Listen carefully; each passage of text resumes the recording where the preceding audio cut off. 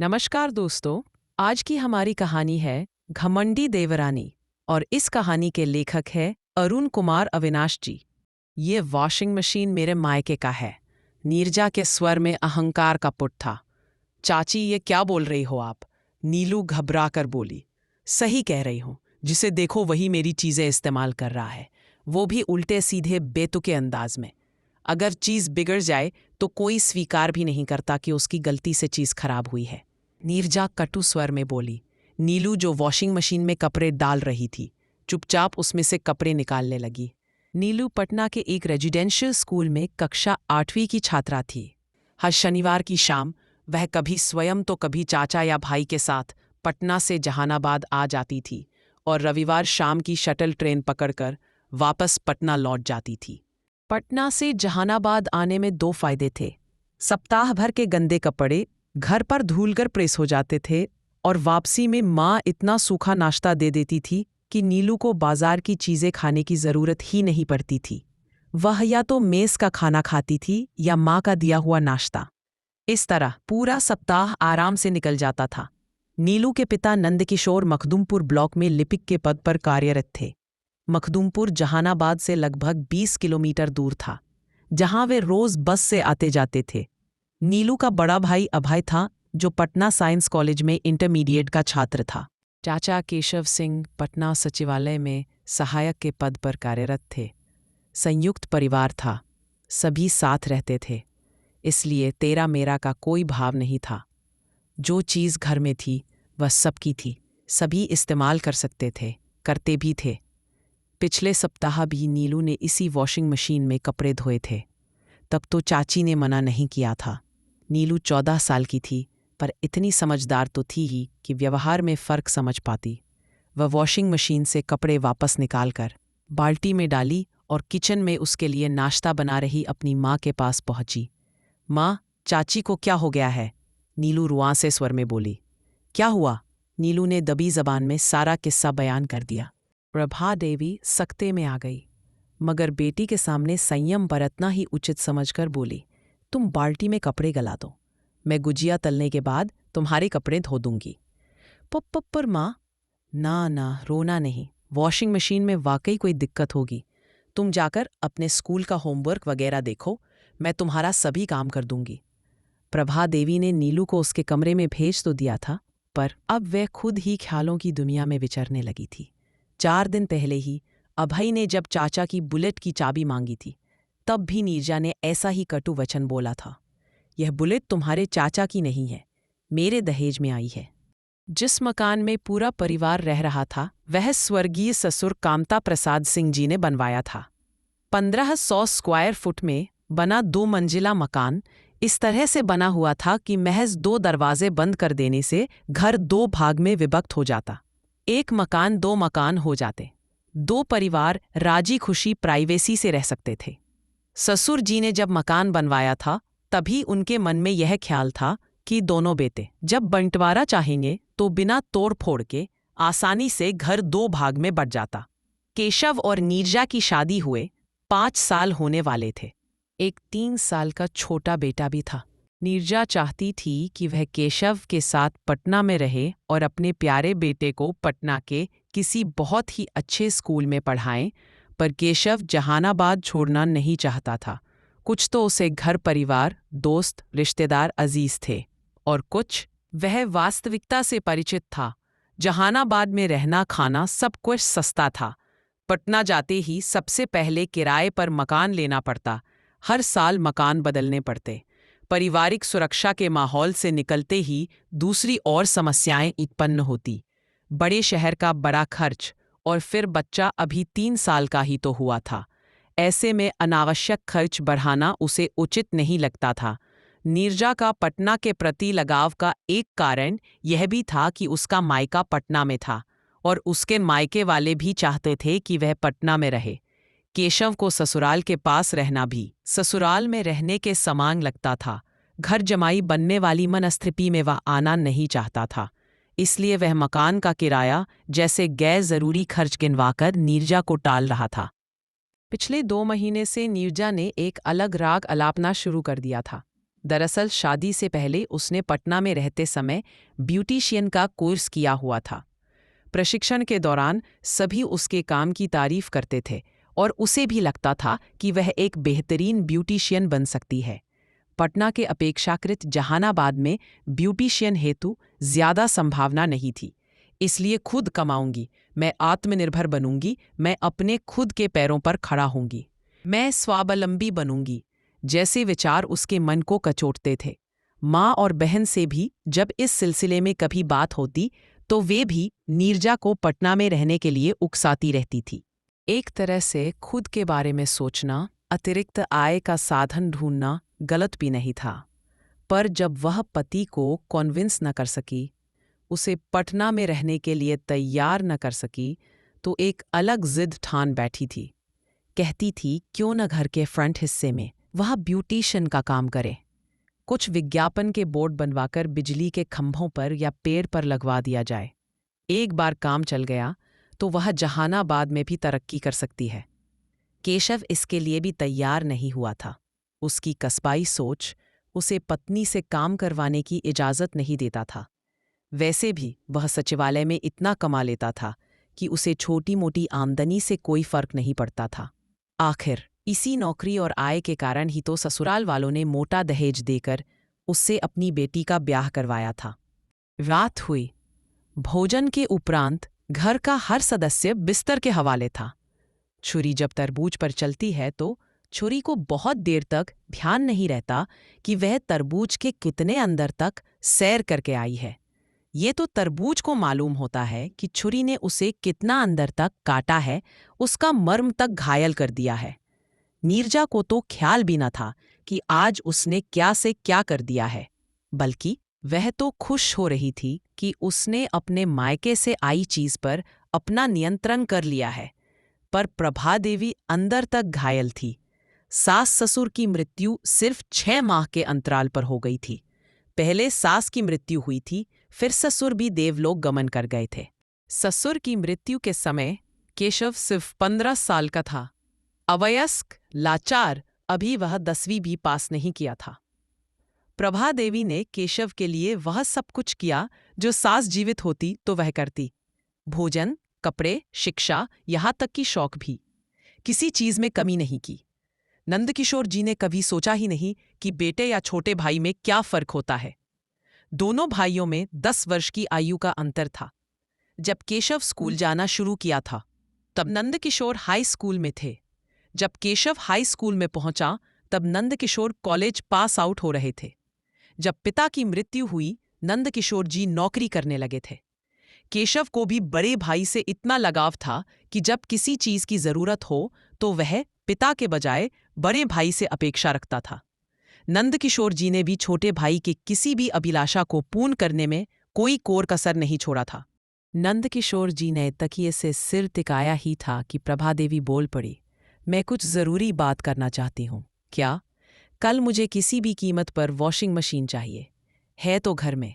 वो हमारा नहीं है, वो नीरजा का है, उसके मायके से मिला है, उसके दहेज का सामान है। और फिर प्रभा देवी शाम की घटना, इससे पहले बुलेट मोटरसाइकिल की घटना तथा कई अन्य घटनाओं का उल्लेख विस्तार से करने लगी। अंत में बोली, बुलेट के लिए तो मैं कुछ नहीं कहती, पर वॉशिंग मशीन बहुत ज़रूरी चीज़ है। उसके बिना घर में गुजारा नहीं चल सकता।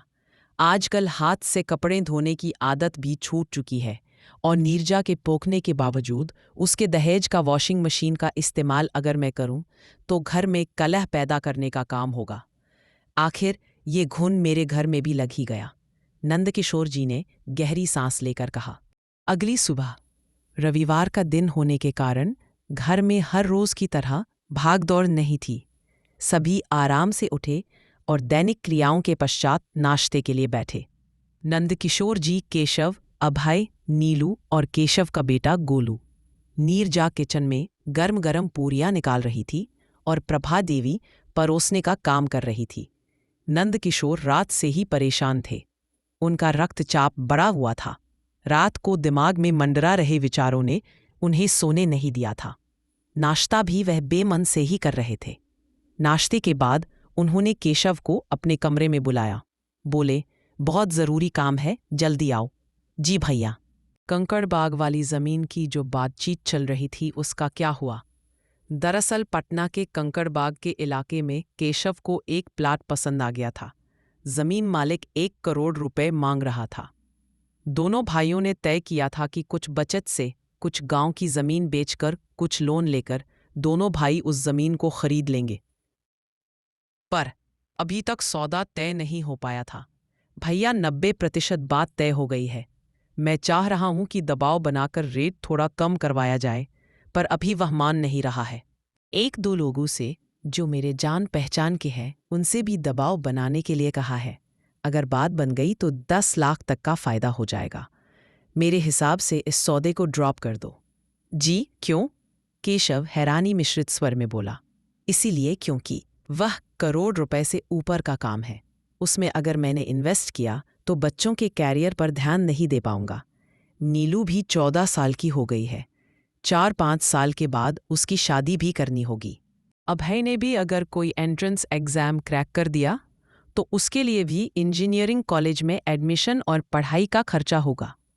वह सब मिलजुल कर हम लोग कर लेंगे ना? केशव बोला। ऐसा नहीं होता।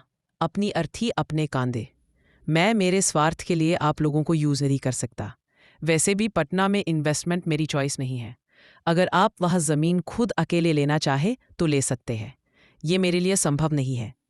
पर पहले घर के हालात अलग थे। पहले घर का हर चीज हर किसी का था, सबका था। जब घर में तेरा मेरा का भाव आता है तो सबको मेरा मेरा ही दिखने लगता है। और हाँ, एक बात और कहना चाहता हूं। क्या? अवाक केशव के मुंह से निकला। माँ बाबूजी की मृत्यु के बाद बड़ा भाई होने के नाते मेरा आपके लिए, घर के लिए जो भी कर्तव्य था, मुझे लगता है मैंने बड़ी ही ईमानदारी से उसका निर्वहन किया था। आज आपके पास मुझसे अच्छी, बल्कि कहना चाहिए कि बहुत अच्छी नौकरी है। आपकी शादी भी हो गई है, आपका घर संसार बस चुका है। इसलिए अब वक्त आ गया है कि आप लोग मुझे दायित्व भार से मुक्त करें और दोनों भाई वृक्ष की अलग अलग शाखाओं की तरह अपना अलग अलग विकास करें, विस्तार करें। भैया, मैं समझ नहीं पा रहा हूं कि आप कहना क्या चाहते हैं। इससे पहले कि तेरा मेरा के भाव से घर का माहौल खराब हो, रिश्तों में तल्खियां घुले, भाइयों में द्वेष या विषाद हो, हमें सौहार्दपूर्ण वातावरण में घर का बंटवारा कर लेना चाहिए। केशव जैसे जमीन पर गिरा हो। हमें किसी पंचायत या रिश्तेदारों को बीच में लाने की जरूरत नहीं है। कोई गवाह, कोई मुंसिफ की भी जरूरत नहीं है। नीरजा से बोलिए कि जो चीज उसके मायके से आई थी, जो चीजें आप खरीद कर लाए थे, उन्हें अलग कर ले। बंटवारा सिर्फ उन चीजों का होगा जो माँ बाबूजी ने अपनी मृत्यु से पहले छोड़ा था। और मेरे मायके से जो आया था उसका क्या? प्रभा देवी जो दरवाजे की आड़ से सब सुन रही थी, दखल अंदाज हुई। नंदकिशोर जी की आंखें धधक उठीं। क्रूर भाव से उन्होंने पत्नी की ओर देखा, होठों से जैसे पुफकार निकली हो। तुम्हें बीच में बोलने के लिए किसने कहा? प्रभा देवी सहम गई। जाओ यहां से। और बिना अनुमति भाइयों के बीच बोलने से पहले 1000 बार सोचना। प्रभा देवी उनकी आंखों के सामने से ओझल हो गई। नंदकिशोर जी थोड़ी देर तक विचलित से रहे, फिर बोले, अगले शनिवार तक आप लोगों को क्या चाहिए तय कर लीजिएगा और सुविधानुसार अपने हिस्से में रख लीजिएगा। हाँ, तब तक यानी अगले शनिवार तक खाना सामूहिक बनेगा। इस बीच जो चीज जिसे खरीदनी हो, व्यवस्था करनी हो, कर ले। केशव जो नीरजा की करतूतों से अनभिज्ञ था, उसके लिए हर चीज अप्रत्याशित थी। वह बड़े भाई से निवेदन करता रहा, मान मनुहार करता रहा, अपनी गलती पूछता रहा, उन भूलों के लिए भी माफी मांगता रहा जो उसे मालूम भी नहीं था। परंतु नंदकिशोर जी का स्पष्ट मत था कि एक न एक दिन जब बंटवारा होना ही है तो किसी और दिन का इंतजार क्यों। आज मन मारकर समझौता कर भी लिया गया, तो ये समझौता कितने दिनों तक कायम रहेगा? नीरजा कब तक बर्दाश्त करेगी? फिर किसी दिन उसके मन में कुछ और आएगा, फिर कलह होगा। इसलिए बेहतर ये था कि जो होना है इसी बार हो जाए। उस दिन घर में कई काम हुए। केशव ने कठोरतापूर्वक नीरजा से जवाब तलबी की तो बुलेट और वॉशिंग मशीन वाली बात भी सामने आई। केशव सिर पकड़कर बैठ गया। बोला, तुम्हें वॉशिंग मशीन का इस्तेमाल दिखा, पर ये नहीं सोच पाई कि प्रभा भाभी ने सालों मेरे कपड़े अपने हाथों से धोए हैं। वर्षों तक मुझे खाना पका पका कर खिलाया था और आज तुम्हें बुलेट की पड़ी है। अरे मोटरसाइकिल चलाना भी मैं भैया की बाइक से ही सीखा था। नीरजा पति के डॉट खाकर भी खुश थी। उसका घमंड उसे संयुक्त परिवार के लाभ को समझने ही नहीं दे रहा था। वह तो बंटवारे को अपनी सफलता समझ रही थी। उसका पति कमाता ज्यादा था, उन लोगों पर अभी जिम्मेवारी भी कम थी। अब वह पति को पटना शिफ्ट करने के लिए उकसा सकती थी। अगर केशव अब भी नहीं मानता तो वह जहानाबाद में ही घर के अगले हिस्से में ब्यूटी पार्लर खोल सकती थी। उसी शाम प्रभा देवी एक वॉशिंग मशीन और एक मिक्सर ग्राइंडर खरीदकर घर ले आई थी। नंदकिशोर जी ने अपना फैसला सुना तो दिया था, पर सबसे ज्यादा व्यथित केशव था। उसे समझ नहीं आ रहा था कि वह क्या करे। माता पिता की मृत्यु के बाद बड़े भाई भाभी ने उसे जिस तरह से रखा था, पाला था, वह उसे कभी भुलाया न गया। बड़े भाई की मदद के बिना वह अपनी शिक्षा पूरी नहीं कर सकता था। पटना के कोचिंग संस्थान में एडमिशन नहीं ले सकता था। यहाँ तक कि प्रतियोगी परीक्षाओं के लिए आवेदन भी नहीं कर पाता। जो भी व्यक्ति उन्हें या उनके परिवार को जानता था, हर कोई केशव को ही दोषी ठहराता, एहसान फरामोश समझता। इसलिए केशव ने तय किया कि जहानाबाद में रहकर बंटवारे की तोहमत झेलने से अच्छा है कि वह पटना ही कूच कर जाए। फिर वह समाज में कह सकता था कि प्रतिदिन के अप डाउन से उसे परेशानी हो रही थी। इसलिए उसने पटना में ही रहने का निर्णय लिया है। अब एक ही घर में 2 रसोई होने का कलंक भी नहीं लगना था। 7 के बजाय 5वें दिन ही केशव ने जहानाबाद छोड़ दिया। मकान दिलवाने में सालों ने व्यापक भूमिका निभाई थी। किराए का घर ससुराल के पास ही था। मन से वह बहुत आहत था। इसलिए बंटवारे के लिए भी वह नंदकिशोर जी को ही उत्तरदायी समझता था, जो औरतों की बातों पर आकर घर का बंटवारा कर रहे थे।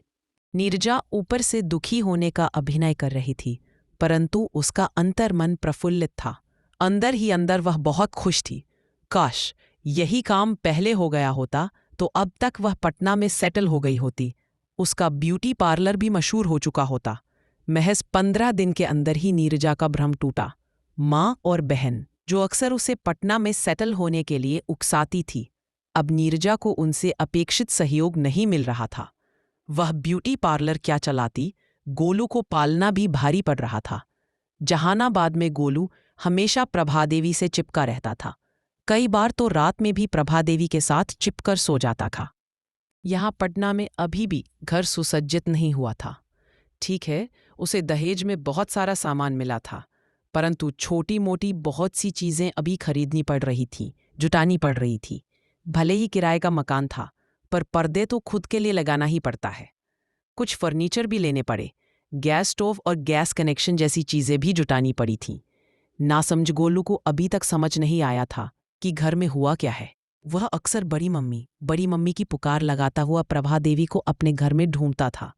केशव पहले नीरजा से नाराज हुआ, फिर बड़े भाई के प्रति नाराजगी बढ़ती गई। क्यों? औरतों के विवाद के कारण उन्होंने आज्ञाकारी भाई की अवहेलना की। नाराजगी पहले क्रोध में, फिर प्रचंड आक्रोश में बदल गया।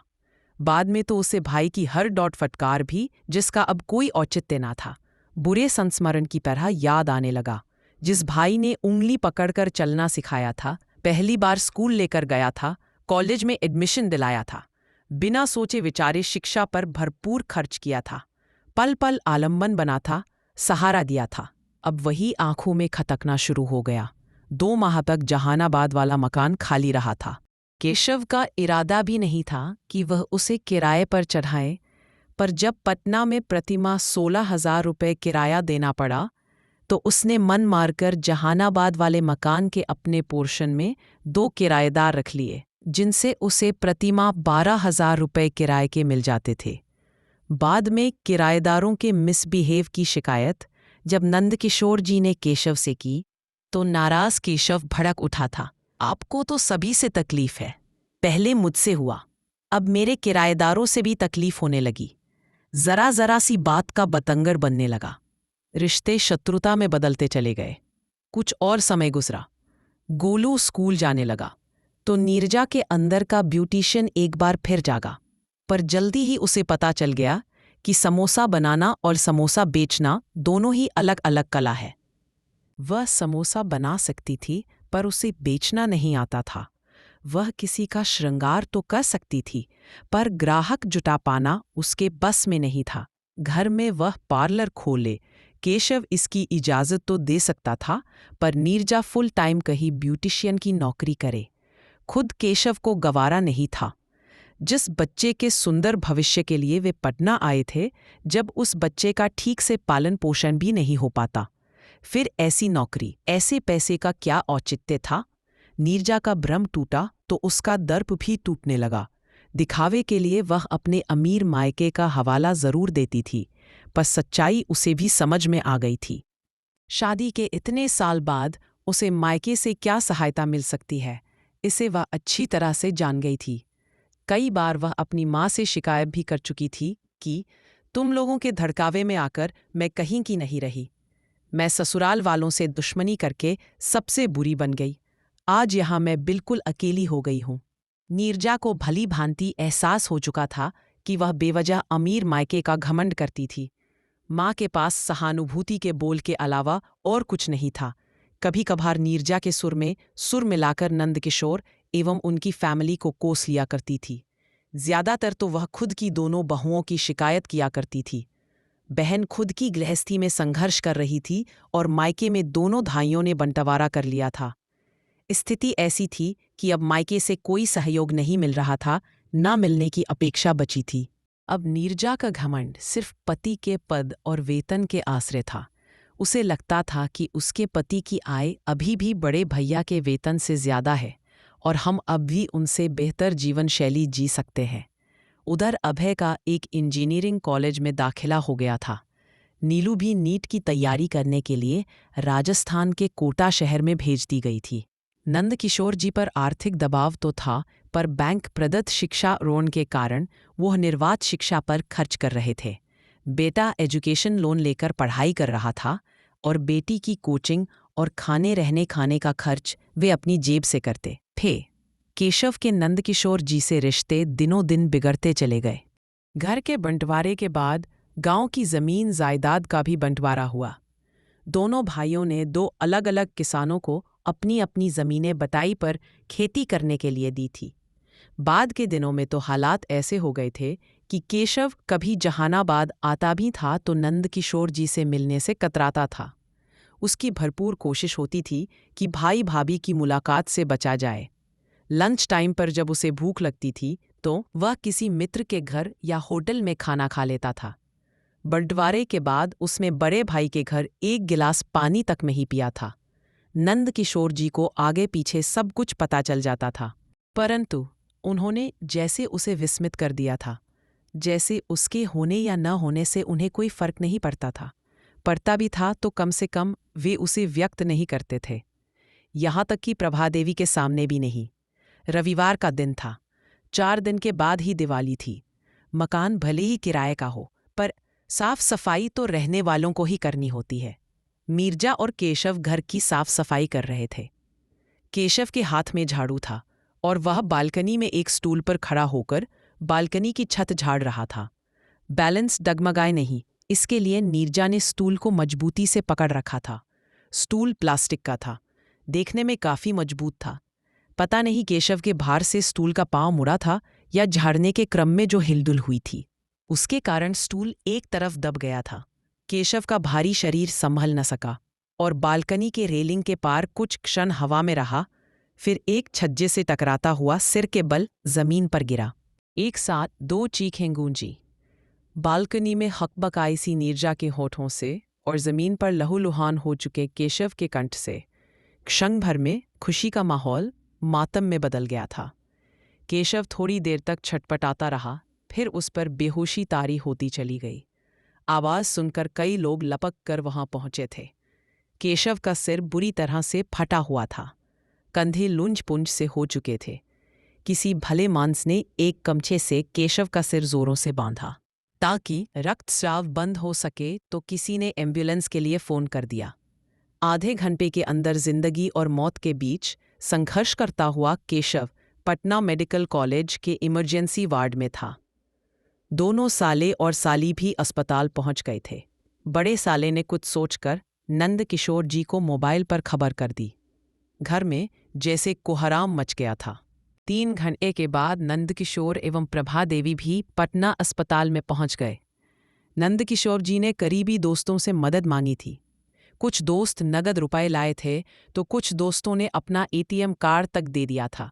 घर में पड़े हुए पैसे भी ले लिए गए थे और थोड़े पहनने के कपड़े रखकर पति पत्नी पड़ोस में रहने वाले एक टैक्सी संचालक से गाड़ी भाड़े पर लेकर पटना के लिए रवाना हो गए थे। जब वे अस्पताल पहुंचे तब तक केशव की सर्जरी शुरू हो गई थी। केशव की हालत गंभीर थी।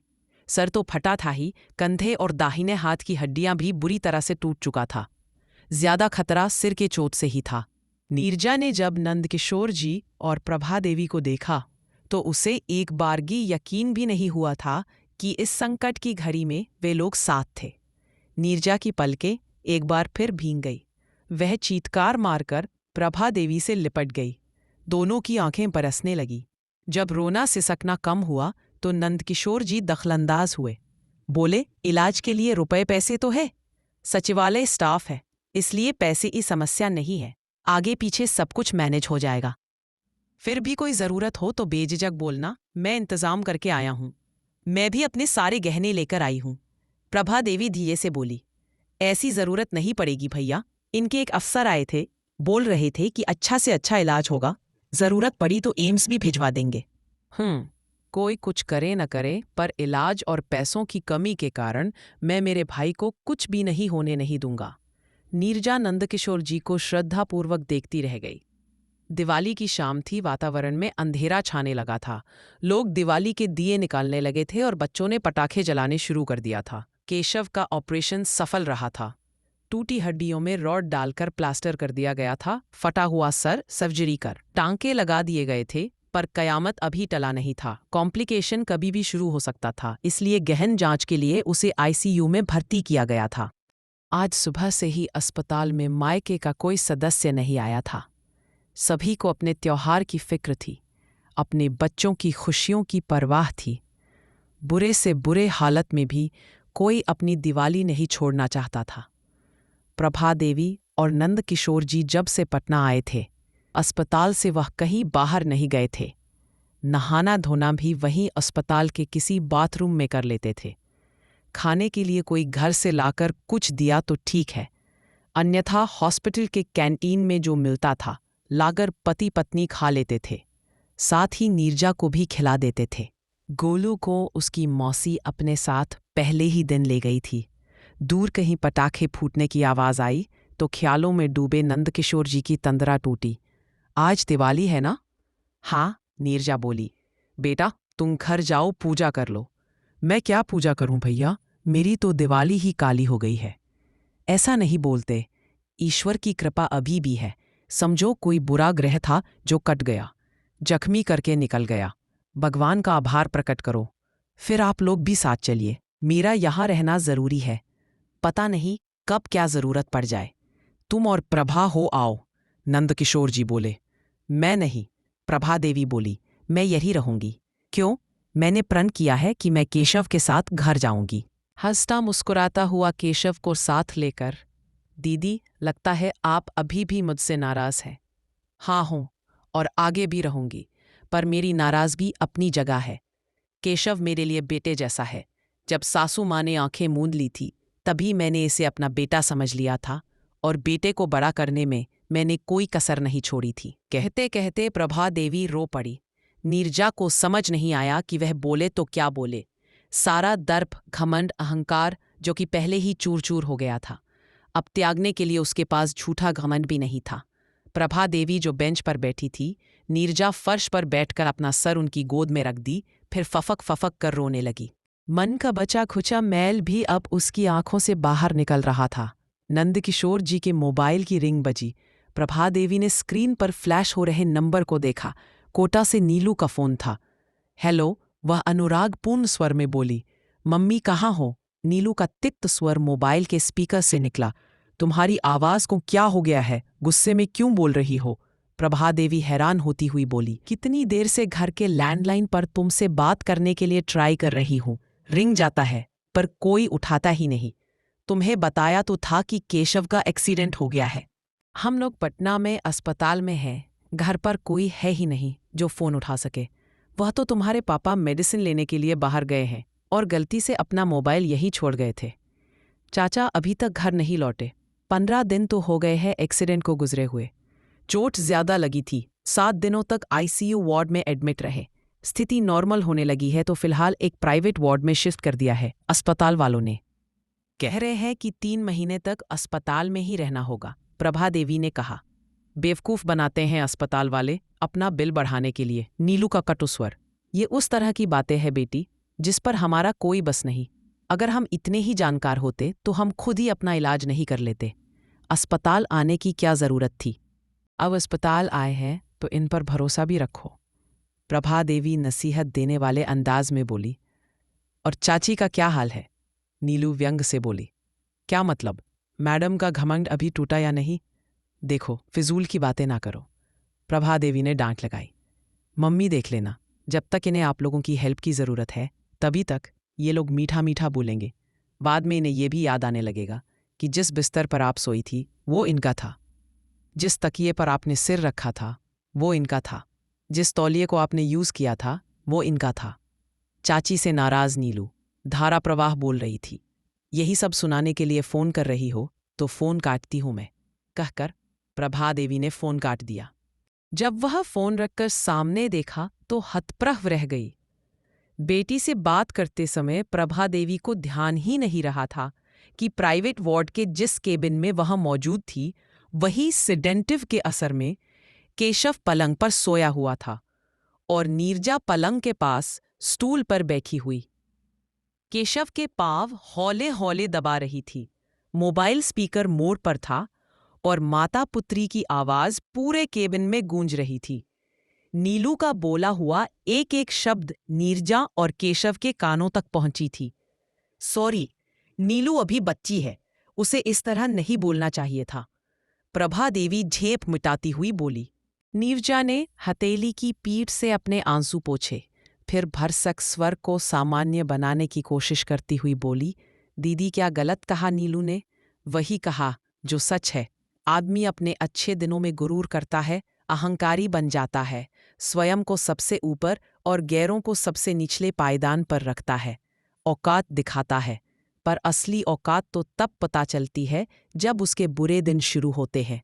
प्रभादेवी नीरजा के पास पहुंची, उसके कंधे पर हाथ रखकर लगभग गिड़गिड़ाती हुई बोली, बहन वह नादान है, उसे रिश्तों की क्या समझ, उसकी तरफ से मैं तुमसे माफ़ी मांगती हूँ। नीरजा फफक पड़ी। प्रभादेवी के वक्ष में उसने अपना चेहरा छुपा लिया था।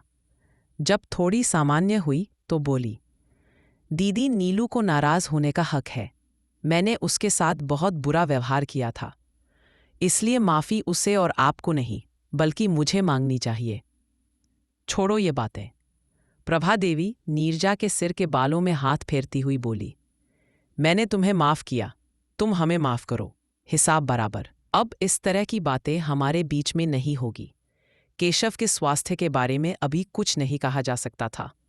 लगभग 7 दिनों तक आईसीयू वार्ड में रहने के बाद जब डॉक्टरों ने केशव को खतरे से बाहर पाया तो उसे जनरल वार्ड में शिफ्ट करना चाहा। जनरल वार्ड में असुविधा होती, इसलिए नंद किशोर जी ने प्राइवेट वार्ड की मांग की, जो अतिरिक्त शुल्क के बदले में उन्हें उपलब्ध करवा दिया गया था। डॉक्टरों का कहना था कि अभी कुछ दिन तक और देखते हैं, सब कुछ ठीक ठाक रहा तो वे केशव को घर ले जाने की अनुमति दे देंगे, जहां केशव को शारीरिक से ज्यादा मानसिक सुकून मिलता और पूरे परिवार को रोज रोज अस्पताल आने जाने से मुक्ति मिलती। प्लास्टर 3 महीने बाद उतारना था और रॉड निकालने की मियाद अभी तय नहीं हुआ था। सब कुछ पहले जैसा नॉर्मल तो कभी नहीं होता, पर जिंदगी आसान होते होते कम से कम 2 साल लगने थे, वह भी तब जब कोई अप्रत्याशी कॉम्प्लिकेशन ना होती। प्लास्टर कटने के बाद भी महीनों एक्सरसाइज, फिजियोथेरेपी, मसाज वगैरह की ज़रूरत पड़ती। ये महज कहने की बात है कि आदमी जोश में कुछ भी कह जाता है, जैसा कि नंदकिशोर जी ने दावा किया था कि वह भाई के इलाज के लिए कुछ भी करने के लिए तैयार है। आर्थिक रूप से कर भी रहे थे।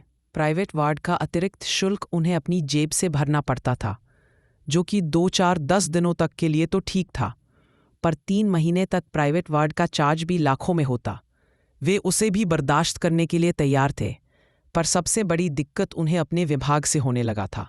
शुरू के 5 दिनों तक तो उनके अधिकारियों, सहकर्मियों एवं कार्यालय अधीक्षक द्वारा कुछ न कहा गया, पर बाद के दिनों में कार्यालय अधीक्षक द्वारा फोन किया जाने लगा कि विभाग का काम अटका पड़ा है, बहुत ज़रूरी फाइलें किसी और लिपिक के द्वारा निपटाई गई हैं, कार्यालय में काम का दबाव बढ़ रहा है, जिन लोगों की फाइलें रुकी पड़ी हैं वे विवाद कर रहे हैं, सर्कल अधिकारी भी 1-2 बार आपके बारे में पूछ चुके हैं, आगे और छुट्टी बढ़ा पाना संभव नहीं है। अंततः नंदकिशोर जी को एक डॉक्टर की शरण में जाना पड़ा, जो एक निर्धारित फीस के बदले में शासकीय कर्मचारियों को सिक सर्टिफिकेट यानी बीमारी का प्रमाण पत्र जारी करता था। नंदकिशोर जी अच्छी तरह जानते थे कि यह बीमारी का बहाना भी बहुत दिनों तक नहीं चल सकता है। कभी न कभी कार्यालय अधीक्षक या उच्च अधिकारियों के सब्र का बांध टूटेगा और दंडात्मक कार्रवाई की धमकी दी जाएगी या चार्जशीट सौंपी जाएगी। उनकी शंका निर्मूल साबित नहीं हुई थी। शाम का समय था, नीरजा और प्रभात देवी घर गई हुई थी। नंदकिशोर जी केशव के पास बैठे हुए बेमन से बेमतलब की खबरें अखबार में पढ़ रहे थे। कहना भी अनुचित ही था, क्योंकि वह वक्त गुजारी के लिए अखबार के पन्ने पलट रहे थे और जबरदस्ती उसमें से कोई ढंग की खबर ढूंढ रहे थे। केशव जगा हुआ था और अपने भविष्य के बारे में सोच रहा था। प्रभा देवी बहुत दिनों तक नीरजा के साथ घर नहीं गई थी। हर बार यही कहती रही थी कि मैंने प्रण किया है कि मैं केशव के साथ ही घर जाऊंगी। पर एक दिन नंदकिशोर जी भड़क उठे, बोले, प्रण किया है या जिद कर रही हो? नीरजा घर और अस्पताल के बीच पीसी जा रही है। गोलू भी आखिर कब तक मौसी के पास रहेगा? चुपचाप घर जाओ, गोलू को भी साथ रखो और घर की देखभाल करो। बाहर का खाना खा खाकर पेट खराब होने लगा है। घर का खाना मिलेगा तो पेट भी ठीक रहेगा और बेवजह का खर्च भी बचेगा। और तभी तय हुआ था कि दोनों में से एक महिला बारी बारी केशव के पास रहेगी और बाहर का काम नंदकिशोर जी देखेंगे। अब प्रभा देवी ज्यादातर घर संभालती थी और नीरजा ज्यादा से ज्यादा समय अस्पताल में रहती थी। गोलू अपनी बड़ी मम्मी को पाकर खुश हो गया था। आखिर था तो बच्चा ही, फिर भी घर की बदली हुई परिस्थितियां उसे भी परेशान करती थी। अब बड़ी मम्मी का सान्निध्य पाकर वह खुश रहता था। भैया, अभी और कितने दिन तक अस्पताल में रहना पड़ेगा? केशव क्षीण स्वर में रुक रुक कर बोला।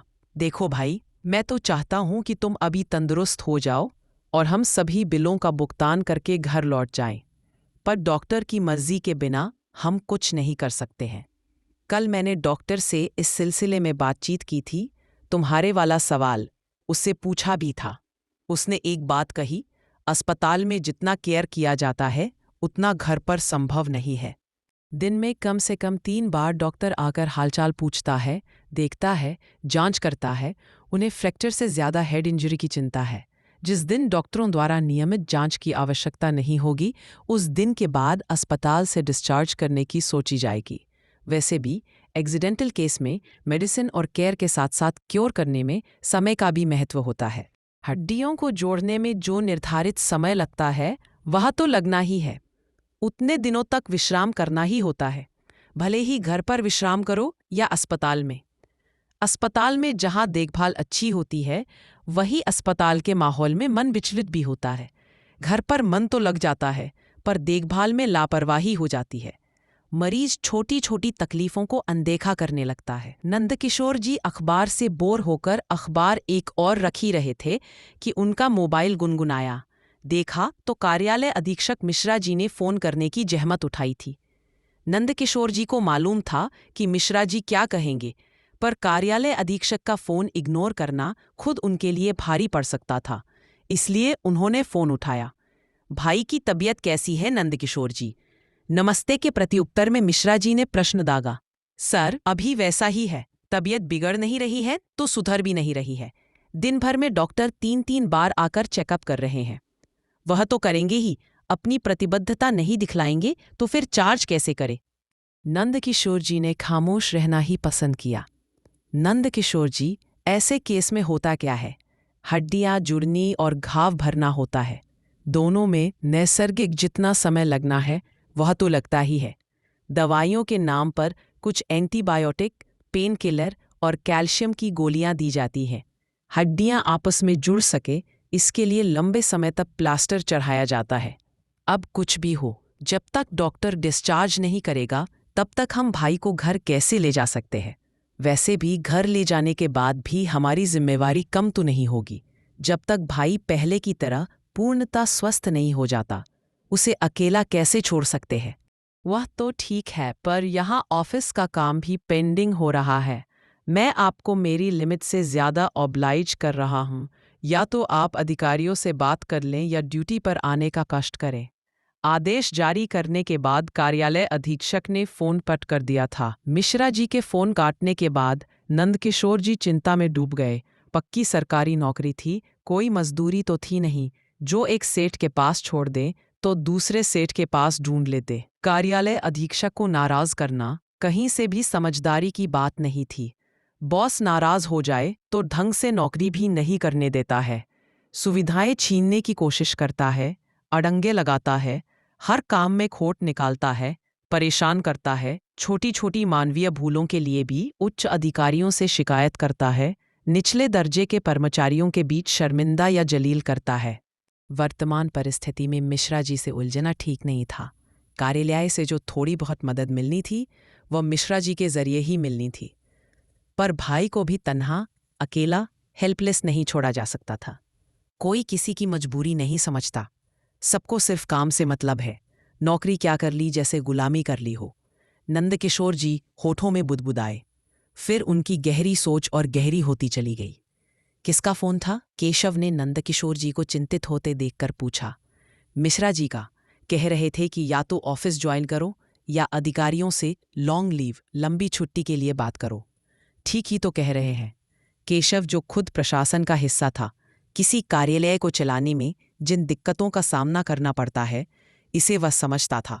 वह तो इसी बात पर हैरान था कि नंदकिशोर जी को इतने दिनों की छुट्टी मिल कैसे गई थी।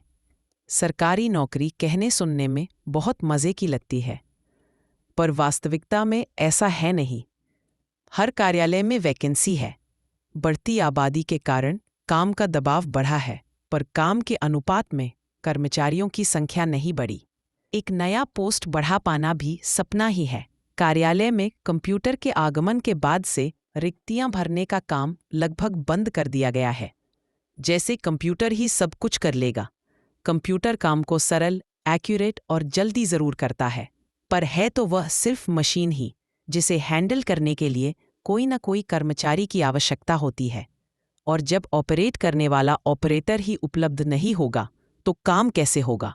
बाध्यता प्रशासन की थी तो कर्मचारियों की भी थी। जब से छोटे परिवार की अवधारणा आई है, व्यक्ति आत्म केंद्रित होता चला गया है। सभी कार्यालय रविवार को बंद रहते हैं। कोई कार्यालय शनिवार को भी बंद रहता है। ऐसे में किसी कर्मचारी को, जिसे सिर्फ रविवार को ही अवकाश मिलता हो, उसका दूसरे किसी कार्यालय में काम हो तो या तो वह ऑफिस से तड़ी करेगा या छुट्टी लेगा या किसी दूसरे के भरोसे उसका काम होगा। एजेंट, दलाल और कमीशन या रिश्वतखोरी भी इन्हीं अलामतों का परिणाम है। ऐसा ही अति व्यस्त व्यक्ति जब किसी कार्यालय में जाता है और कर्मचारी की अनुपस्थिति के कारण जब उसका काम नहीं होता है तो वह चिढ़ता है, चिढ़कर शिकायत करता है। भैया, कुछ सोचकर केशव बोला, आप कल से ही ड्यूटी ज्वाइन कर लीजिए। तुम्हें ऐसी हालत में छोड़कर? मेरी जो हालत है उसमें आपके यहाँ रहने या न रहने से कोई फर्क नहीं पड़ेगा।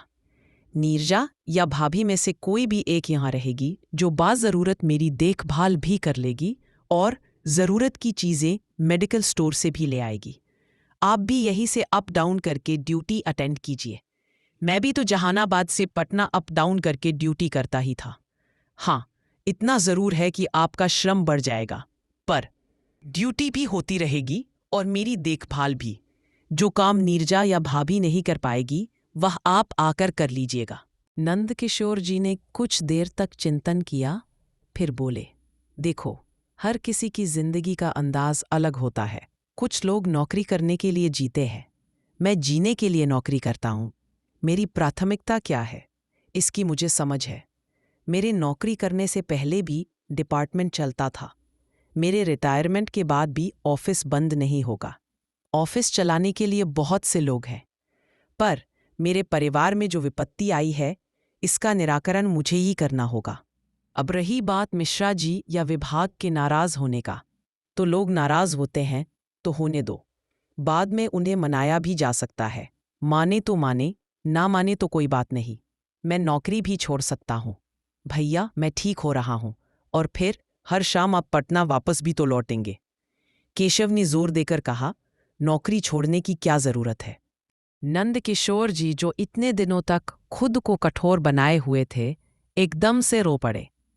देर तक रोने के बाद केशव का सलामत हाथ अपने हाथ में लेकर बहुत ही पीड़ित स्वर में बोले, भाई, यह सब आग भी तो मैंने ही लगाई थी। ठीक है, नीरजा ने नादानी की थी, पर मैंने कौन सी समझदारी दिखलाई? उसे समझाने बुझाने की जगह ओवर रिएक्ट किया था। एकदम से एक तरफा फैसला सुनाया था कि अब इस घर में हम एक साथ नहीं रहेंगे, तुरंत बंटवारा हो जाना चाहिए। तुम रोते रहे, गिड़गिड़ाते रहे थे, पर मैंने तुम्हारी एक न सुनी। बहुत ही क्रूरता के साथ तुम्हें खुद से अलग कर दिया था। न बंटवारा हुआ होता, न तुम लोग इस मनहूस मकान में जाते, और इस तरह का हादसा होता। भैया, ये सब खुद को शर्मिंदा करने और टॉर्चर करने वाली बातें हैं।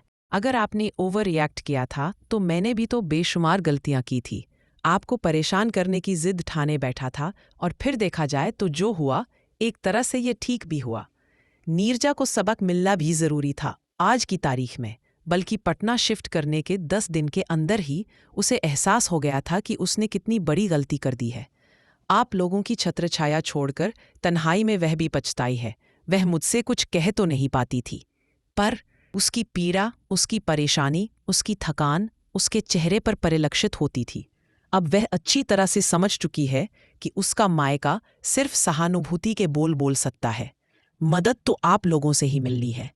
पर दुर्घटना के बाद शुरू में उन लोगों ने मुझे अस्पताल ज़रूर पहुंचाया था, पर धीरे से आपको फ़ोन भी कर दिया था ताकि आप आकर मेरी जिम्मेदारियां उठा सके।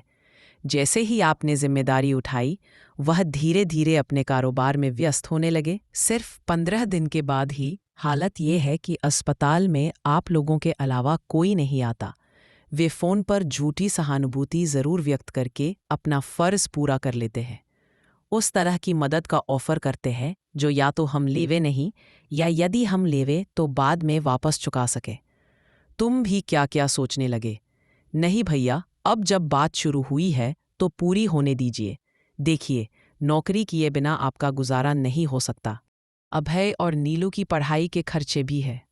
अगर आप कमाइएगा नहीं तो बच्चों को सपोर्ट कैसे कर पाइएगा? यहाँ अस्पताल में बैठकर आप खुद को और मुझे तसल्ली दे सकते हैं कि आप मेरे साथ हैं, पर सुखी तसल्ली से क्या होता है? मदद करने के लिए भी मुद्रा की आवश्यकता पड़ती है। और फिर आपके बताए बिना भी मुझे मालूम है कि मेरे भैया मेरे हैं, मेरे साथ हैं। पापा के बाद अगर किसी और ने मुझे संभाला, सपोर्ट किया या प्यार किया है तो वह आप हैं। यह सब काम आप नौकरी करते हुए भी कर सकते हैं। कल से ड्यूटी ज्वाइन कीजिए। पर मैं सोच रहा था कि कभी सोचा है आपने कि प्लास्टर कटने के बाद जब सब कुछ ठीक नहीं रहा और एम्स या वेल्लोर लेकर जाना पड़ेगा तो कैसे मैनेज कीजिएगा? इसलिए अपनी छुट्टियां बर्बाद मत कीजिए। यह छुट्टियां उस समय बहुत बड़ी ताकत होगी। कह तो तुम ठीक ही रहे हो। उस दिन दोनों भाइयों में और भी कई बातें हुईं, जिसमें यह निर्धारित हुआ कि कोई नया या उसी भवन में जहां दुर्घटना हुई थी उसके ग्राउंड फ्लोर पर कोई मकान ढूंढा जाए। न मिले तो कहीं और शिफ्ट किया जाए। अस्पताल से छुट्टी मिलने के बाद भी केशव इस हालत में न होता कि सीढ़ियां चढ़ने की ताकत जुटा पाता। अगले दिन नंदकिशोर जी मखदूमपुर अपने कार्यालय पहुंचे। मिश्रा जी से मिलने के बाद ड्यूटी ज्वाइन करने से पहले वे सर्कल अधिकारी के कक्ष में गए। सर्कल अधिकारी को सारा वृत्तांत ज्ञात था। नंदकिशोर जी जब अपना दुखना सुनाने लगे तो सर्कल अधिकारी, जो केशव की उम्र का था और जो नंदकिशोर जी का मान सम्मान भी करता था, कह पड़ा, नंद जी, मिश्रा जी से मुझे आपके भाई के साथ घटी ट्रेजेडी के बारे में सब कुछ पता चल गया है। मुझे आपसे और आपके भाई के साथ पूरी पूरी सहानुभूति है। आप और छुट्टी के अलावा मुझसे क्या चाहते हैं? सर, चाहता तो मैं और छुट्टी ही था, पर अगर आप स्वीकृत नहीं कर सकते हैं तो मुझे डेली अप डाउन की इजाज़त दीजिए और घंटा आधा घंटा देर सवेर हो जाए तो एडजस्ट कीजिए। सर्कल अधिकारी कुछ देर तक सोचते रहे। फिर यूं बोले जैसे कुछ याद आया हो, अप डाउन तो आप पहले भी करते थे। सर, पहले मैं बाइक से जहानाबाद से अप डाउन करता था, जो महज 20 किलोमीटर दूर है। अब मैं पटना से बाई ट्रेन अप डाउन करना चाहता हूँ। नंदकिशोर जी का विनीत स्वर। कर लीजिए, पर ध्यान रखिएगा कि काम में कोताही ना होने पाए। कोई शिकायत हुई तो मैं आपकी मदद नहीं कर पाऊंगा। जी, तो ठीक है, आज से ही काम में जुट जाइए। मैं मिश्रा जी को निर्देश दे दूंगा। फिर उसी दिन से नंदकिशोर जी अपनी डेस्क पर जमकर बैठ गए। उसी शाम उन्होंने मखदूमपुर रेलवे स्टेशन के टिकट खिड़की से पटना मखदूमपुर के बीच का महीना सीजन टिकट बनवाया। रोजाना आने जाने के लिए रेलगाड़ियां निर्धारित की और फिर हर रोज यही होने लगा। वह सुबह 9:15 सवा 9 की शटल पकड़कर पटना से मखदूमपुर आते आते ही काम में जुट जाते। अगर दिया गया काम पूरा हो गया हो तो 15:45 बजे वाली ट्रेन का ख्याल करते, अन्यथा 18:30 बजे की ट्रेन पकड़कर लगभग 21:30 बजे तक घर पहुंचते थे। अगले 10 दिनों के बाद डॉक्टरों ने केशव को घर जाने की इजाज़त दे दी थी। मकान मालिक, जो कि भला आदमी था, केशव की स्थिति को समझता था। उसके लिए ग्राउंड फ्लोर के एक किराएदार से उसका फ्लैट म्यूचुअल एक्सचेंज परस्पर तब्दील करवा दिया था। वह किराएदार भी भला आदमी था, उसने भी कोई आपत्ति नहीं की थी। एक रविवार जब नंदकिशोर जी घर में थे, 4 मजदूर बुलवाकर दोनों फ्लैट का सामान स्थानांतरित करवाकर नए फ्लैट में शिफ्ट कर गए थे। केशव अस्पताल से घर आया तो ग्राउंड फ्लोर पर उसे उसका कमरा सजा हुआ मिला था। अगले 2 महीने बड़ी ही खामोशी से गुजरे थे। केशव घर के माहौल में प्रसन्न चित्त रहता था। शरीर का कष्ट तो पहले जैसा ही था, पर नन्हे गोलू की बक-बक कभी कभी उसे इतना हंसाती थी कि उसकी पसलियों में दर्द होने लगता था। प्लास्टर काटने के बाद केशव को अपनी कमर से ऊपर का हिस्सा बिल्कुल नाजुक कमजोर सा लगा। वह कंधे को हिला पाने में भी असमर्थ था। डॉक्टर ने उसे सामान्य स्थिति बतलाया। बोला, लंबे समय से बॉडी में मूवमेंट न होने के कारण बहुत से अंग जाम हो जाते हैं। सिकाई, एक्सरसाइज और फिजियोथेरेपी के बाद सब कुछ फिर से सामान्य हो जाएगा। और फिर उसी रोज से केशव का शरीर स्वास्थ्य विभाग के लिए प्रयोगशाला बन गया था। केशव को लगता था जैसे उसे मजबूत हाथों से आटे की तरह गूंथा जाता हो। गर्म मोम से सिकाई होती थी। कभी कभी मोम इतना गर्म होता था कि उसे लगता था किसी दिन उसकी चमड़ी जल जाएगी। फिजियोथेरेपी के दौरान उसकी अकड़ी हुई हड्डियों पर इतना दबाव डाला जाता था कि केशव को अनुभव होता था कि 1-2 हड्डियां आज और टूटेगी। चिकित्सक दल द्वारा उसका समुचित इलाज किया जा रहा था। डॉक्टरों की भरपूर कोशिश थी कि वह जल्द से जल्द ठीक हो जाए। बहुत हद तक वह ठीक हुआ भी था, पर धीरे धीरे सबकी समझ में आ गया था कि वे भ्रम की स्थिति में जी रहे हैं। केशव का बायां बाह, जिसके कंधे की हड्डी टूटी थी, जैसे बेजान हो गया था। उसे उस हाथ में शक्ति का अनुभव ही नहीं होता था। डॉक्टरों ने एक्सरे, एमआरआई से लेकर खून पेशाब के कई तरह के अन्य जांच भी करवा ली, पर हर रिपोर्ट सामान्य आता था। किसी भी रिपोर्ट में कोई भी व्याधि प्रकट नहीं हुई थी। अब दूर दूर के डॉक्टरों के पास जाने का समय था। नंदकिशोर जी ने दिल्ली एम्स, वेलोर, हैदराबाद, कोलकाता, जहां भी कोई कहे, भाई को ले जाने दिखलाने के लिए मजबूर हो गए। एलोपैथिक से सकारात्मक प्रभाव नहीं मिला तो होम्योपैथी और आयुर्वेदाचार्य के पास भी ले जाया गया, पर शुरू के 2-4 दिन ही लाभ होता हुआ दिखता था। बाद में केशव नए चिकित्सक से भी नाउम्मीद हो जाता था। दिल्ली एम्स के डॉक्टर ने कहा भी था कि शरीर में कोई तकलीफ नहीं है, इन्हें साइको इफेक्ट है। इनका मन मानने को तैयार ही नहीं है कि ये पूरी तरह से स्वस्थ हो गए हैं, और जब तक ये जहनी तौर पर ठीक न होंगे, इन पर हमारी दवाइयों का कोई खास असर नहीं होगा। इसी तरह 2 साल और बीत गया। अब केशव सचिवालय में अपनी ड्यूटी पर जाने लगा था। ज्यादातर काम फाइलें निपटाने का होता था, जिसे वह इस शारीरिक विकलांगता के बावजूद भी बड़ी दक्षता से पूरा कर लेता था। नीरजा ने कार ड्राइविंग सीख ली थी और एक सेकंड हैंड अल्टो कार खरीदी गई थी। नीरजा रोज सुबह केशव को कार से सचिवालय छोड़ती थी और शाम को ड्यूटी ऑफ होते समय वापस घर ले आती थी। दहेज में मिला बुलेट मोटरसाइकिल अब धूल खा रहा था। उसे चलाने वाला भी कोई न था। डॉक्टरों ने चेता दिया था कि केशव के लिए किसी भी प्रकार की अगली दुर्घटना या चोट अब जानलेवा साबित हो सकती थी। यही कारण था कि केशव दोपहिया वाहन चलाना तो दूर, अब उस पर बैठने के लिए भी तैयार न था। आत्मसुरक्षा अति आवश्यक था। नीरजा के जहन से ब्यूटी पार्लर का भूत भी उतर चुका था। अब उसे एक नहीं 2 बच्चे पालने थे। एक गोलू जो धीरे धीरे बड़ा हो रहा था और दूसरा केशव जो निरंतर क्षीण हो रहा था। बिल्कुल कांच के बर्तन के समान था उसका जिस्म। एक मामूली सा चोट भी जिसे बिखेर सकता था, नष्ट कर सकता था। नीरजा अपने भाग्य को कोसती रहती थी। वह अपने स्वार्थी आदतों को लानत भेजती थी। अब मायके वालों से भी उसका मन खिन्न हो उठा था। भाई कभी छूटे मुंह भी मदद की बात नहीं करते थे। कई बार तो उसे लगा कि मायके वाले अब उसके फ़ोन कॉल भी रिसीव नहीं करना चाहते थे। नीरजा ने समझ लिया था कि अब उसे शारीरिक रूप से आत्मनिर्भर होना ही होगा, बेटे को बड़ा करने के लिए और पति को सहारा देने के लिए। इस बीच अभय जो पूरी तरह से परिपक्व हो चुका था, उसने कभी भी माता पिता और चाचा चाची के मामले में कैसा भी अपना कोई व्यक्तिगत विचार नहीं रखा था। वह समझता था कि 2 भाइयों के बीच का मसला है जिसे भाइयों को ही सुलझाना होगा। खून के रिश्तों में ऐसी ऊंच नीच होती ही रहती है जिसे संभालना भी उसे ही पड़ता है जिसने बिगाड़ा हो। अभय अब इंजीनियरिंग कॉलेज के अंतिम वर्ष का छात्र था और नीलू NIT क्लियर कर जबलपुर गवर्नमेंट मेडिकल कॉलेज में दाखिला पा चुकी थी। नंदकिशोर जी स्थायी रूप से केशव के साथ ही रहने लगे थे। वह समझ गए थे कि जिंदगी अब ऐसे ही चलनी है। अब उनके शरीर में थकान उतरने लगी थी। बढ़ती उम्र, थकान और भागम भाग की जिंदगी ने उन्हें बुरी तरह से तोड़ दिया था। अब उन्हें उच्च रक्तचाप की शिकायत हो चुकी थी, जो नियमित दवाइयों के जोर पर नियंत्रित रहता था। इन 2 सालों में एक नया काम यह भी हुआ था कि पूरा परिवार एक दूसरी बिल्डिंग में ग्राउंड फ्लोर पर एक 4 BHK के फ्लैट में शिफ्ट कर गया था। पहले वाला फ्लैट 2 BHK का था, जिसमें सामान्य दिनों में तो गुजारा हो जाता था, पर अभय या नीलू या किसी और के आ जाने पर कहाँ बैठाऊं, कहाँ सुलाऊं जैसे सवाल खड़े होते थे। इसलिए नया बड़ा मकान किराए पर लेना पड़ा था। अब नीलू भी चाची के साथ कंफर्ट अनुभव करने लगी थी।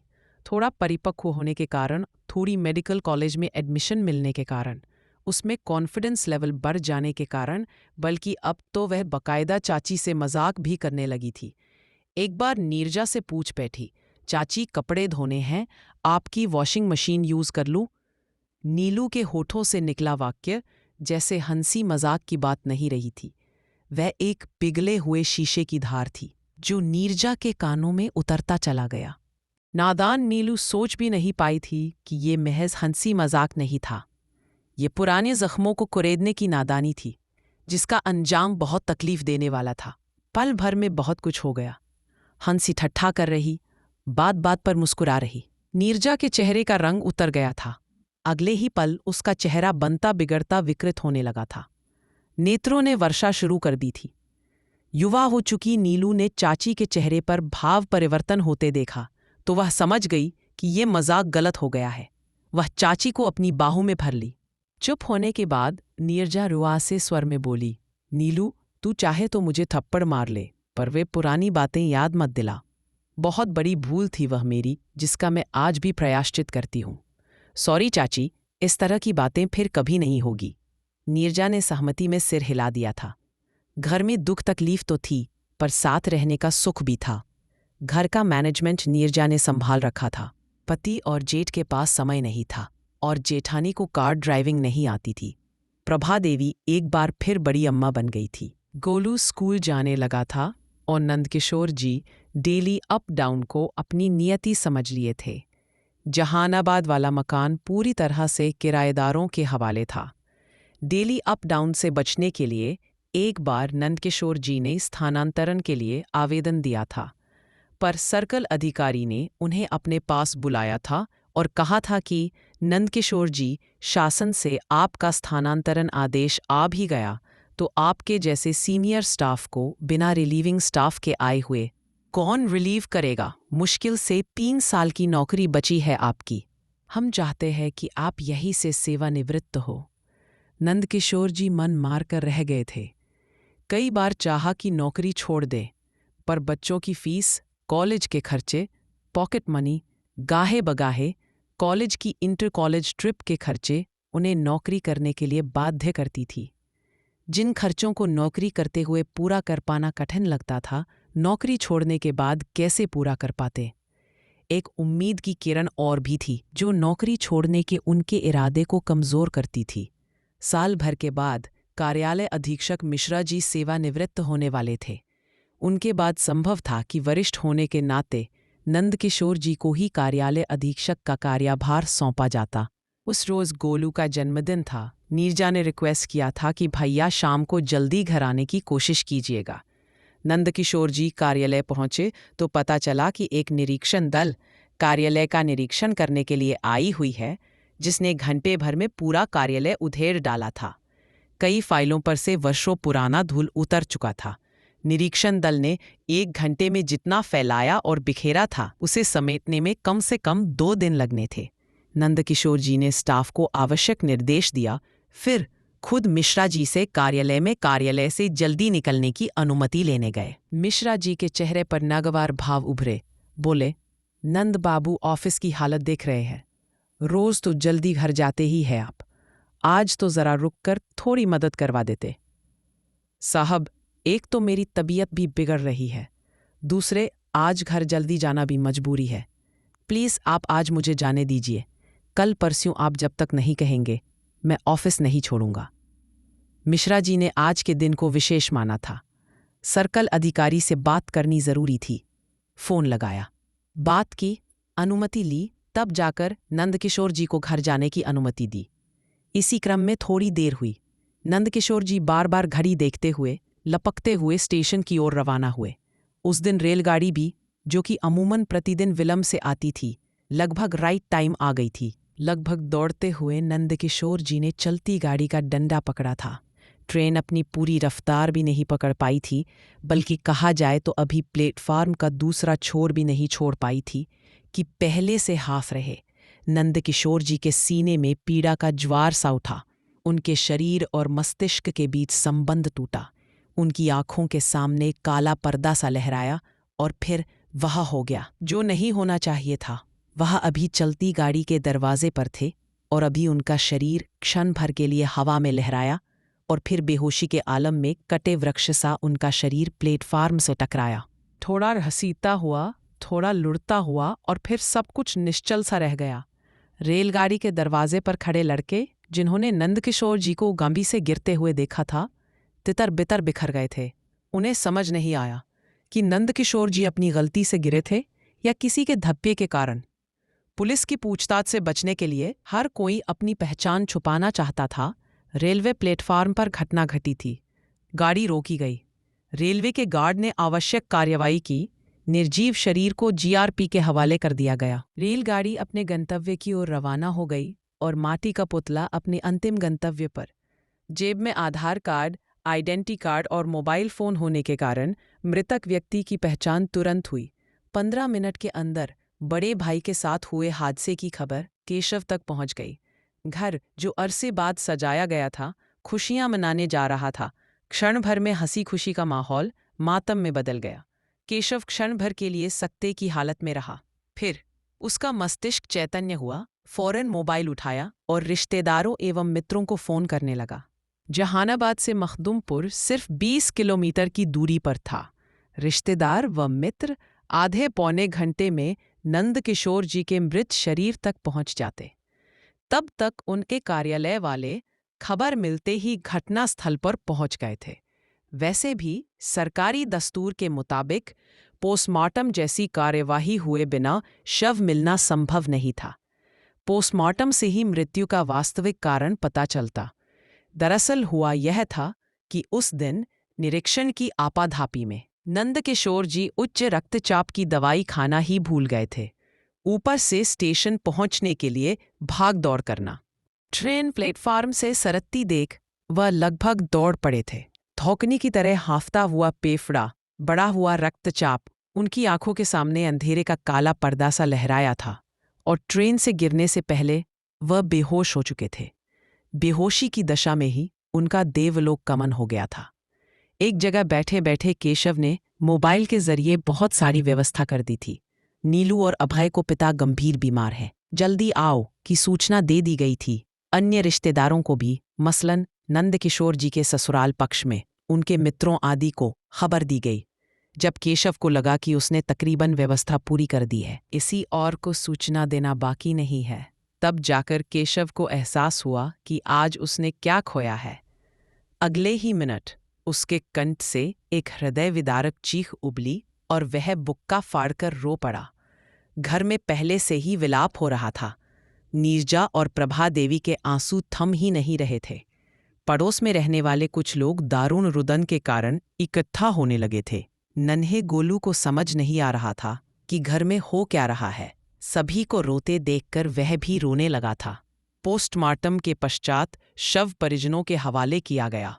गंगा जी के घाट पर पटना में विधिवत दाह कर्म करना निश्चित किया गया। घर पर अर्थी सजाई गई। पोस्टमार्टम किए गए क्षत विक्षत शव का स्नान वगैरह क्या होता, बस स्नान की विधि करवाई गई। तब तक अभय हवाई यात्रा बाय एयर द्वारा घर आ चुका था।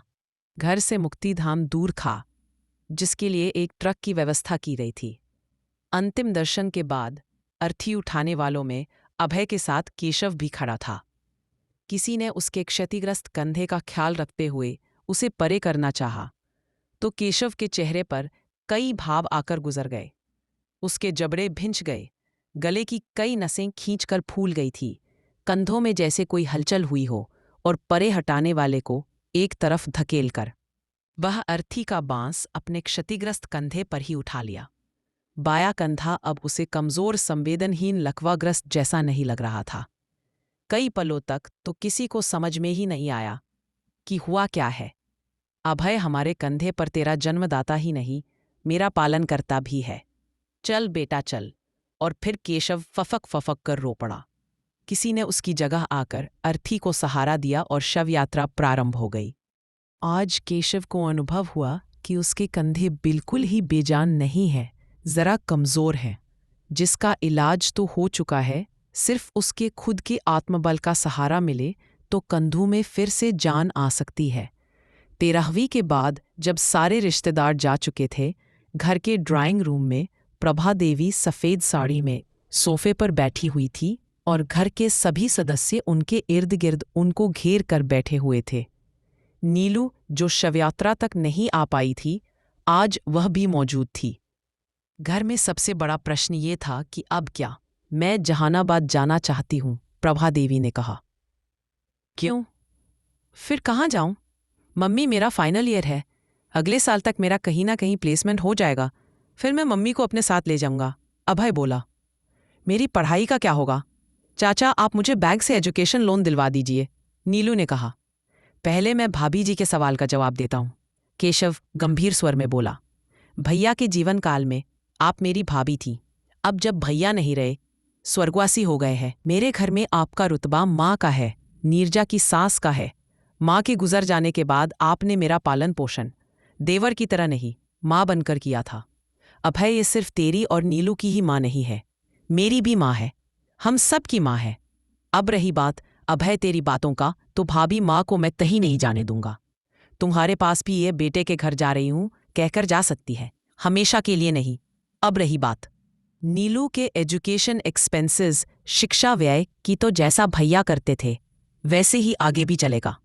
तुम दोनों भाई बहनों का सभी खर्च अब तुम्हारा चाचा उठाएगा, कमी पैसों की नहीं है। इनके डिपार्टमेंट से फंड वगैरह मिलना बाकी है, लाइफ इंश्योरेंस का पैसा भी मिलने वाला है, 2-3 महीने में फैमिली पेंशन भी मिलने लगेगा। प्रभा देवी धीरे से बोली। वही तो, भैया जीते जी अपनी सारी जिम्मेदारी निभा कर गए हैं, अपने न होने के बाद की जिम्मेदारी भी वे जीवन बीमा के रूप में पूरा कर गए हैं। अब है नीलू, तुम दोनों अपनी पढ़ाई और कैरियर पर ध्यान दो, भाभी की फिक्र मैं करूंगा। चाचा, आपका इलाज। वैसे अपने बारे में नए सिरे से मैंने विचार किया है, थोड़ी बहुत इंटरनेट और यूट्यूब वगैरह पर सर्च भी करके अपना ज्ञान वर्धक किया है। निष्कर्ष ये पाया है कि मुझे शारीरिक नहीं मानसिक विकार हुआ है, जिसका मैं इलाज करवा लूंगा। वैसे भी मेरा शरीर जैसा भी हो, मेरी तनख्वाह कम नहीं हुई है। मेरी आमदनी आज भी उतनी ही है जितनी कि अगर मैं स्वस्थ होता तो मेरी होती। बेटा, मेरी सैलरी जितनी है, करोड़ों लोगों की हसरत है कि काश उतना वेतन उन्हें भी मिलता। और फिर इस आमदनी का, इस नौकरी का सूत्रधार भी तो भैया भाभी ही हैं। उन्होंने जो रोपा लगाया था वही अब फलदार वृक्ष बनकर उनके बच्चों की परवरिश करेगा। गोलू, जो अब तक अपने खिलौनों में व्यस्त था, एकाएक पास आया और प्रभा देवी के बगल में बैठकर बोला, बड़ी मम्मी भूख लगी है, कुछ खाने को दो।